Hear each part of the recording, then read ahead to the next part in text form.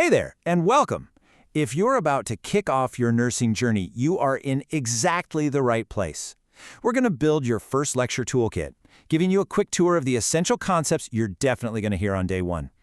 Think of this as your secret weapon to walking in feeling confident and ready to go. All right, let's jump right in. Does looking at the syllabus and seeing something like read the first 5 chapters feel just a little bit overwhelming? Yeah, you're not alone. The language of nursing can seriously feel like learning a whole new language.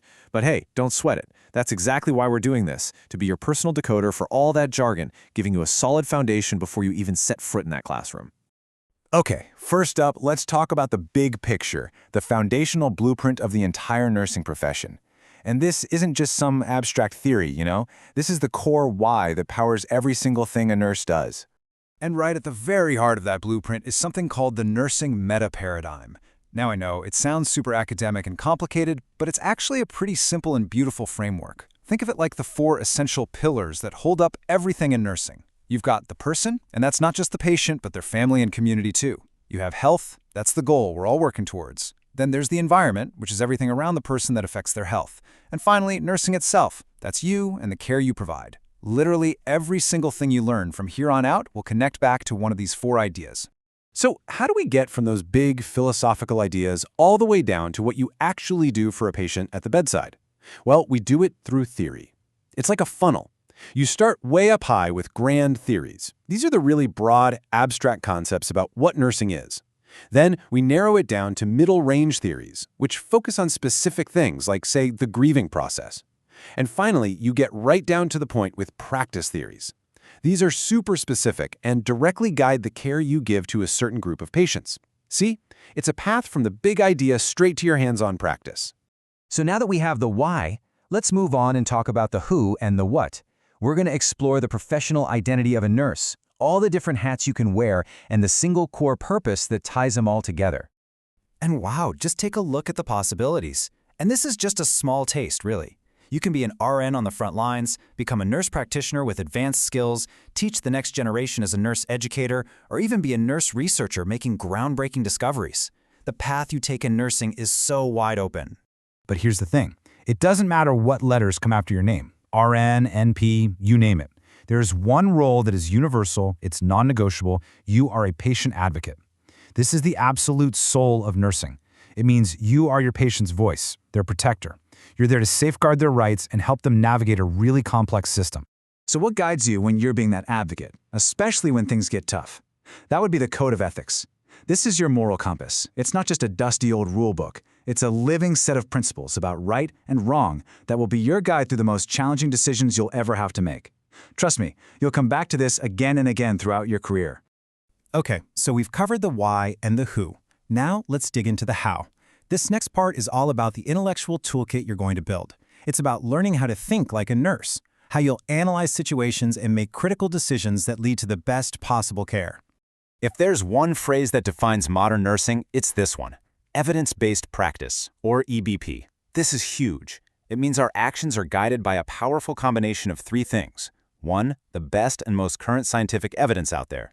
2, our own clinical expertise and judgment. And 3, and this is so important, the patient's own unique preferences and values. It's like a 3-legged stool. You need all 3 for it to be stable and strong.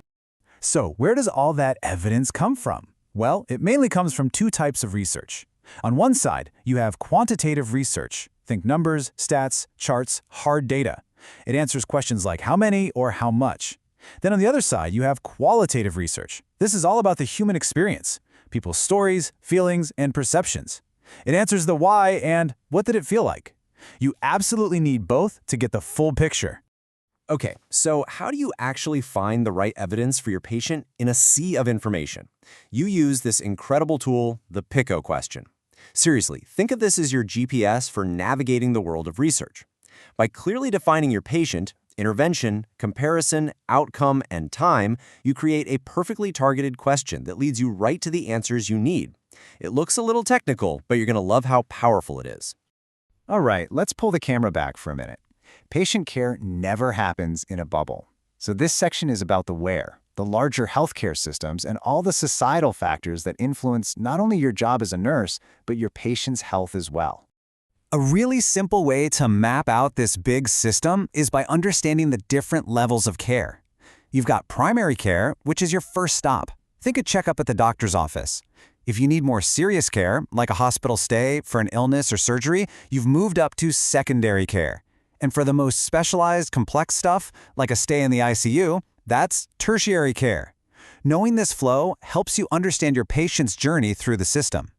Now, inside that system, you're going to see something that's really tough, and that's healthcare disparities. These aren't just random chance differences. They are unfair, avoidable differences in health that are directly tied to things like a person's income, their race, or even the zip code they live in. As a nurse, you'll be on the front lines seeing how these disadvantages affect real people. So what's the goal? What are we all fighting for? It's this: healthcare equity. This is our North Star. It's the mission to create a world where every single person has a fair and just shot at being as healthy as they can possibly be. And as a patient advocate, you are a crucial, powerful part of making that a reality. So, we have covered a lot of ground. We went from the huge philosophical ideas all the way down to the practical tools and the systems you'll be working in. But these aren't just vocabulary words to memorize for a test. These are the actual building blocks for your entire career. You've now got the foundational toolkit. So as you get ready for that very first lecture, remember this: you're not starting from scratch. You already have the blueprint in your hands. So the real question, the one you'll get to spend your whole amazing career answering, is this: with all this knowledge, with this framework, and with your passion, what kind of nurse will you be?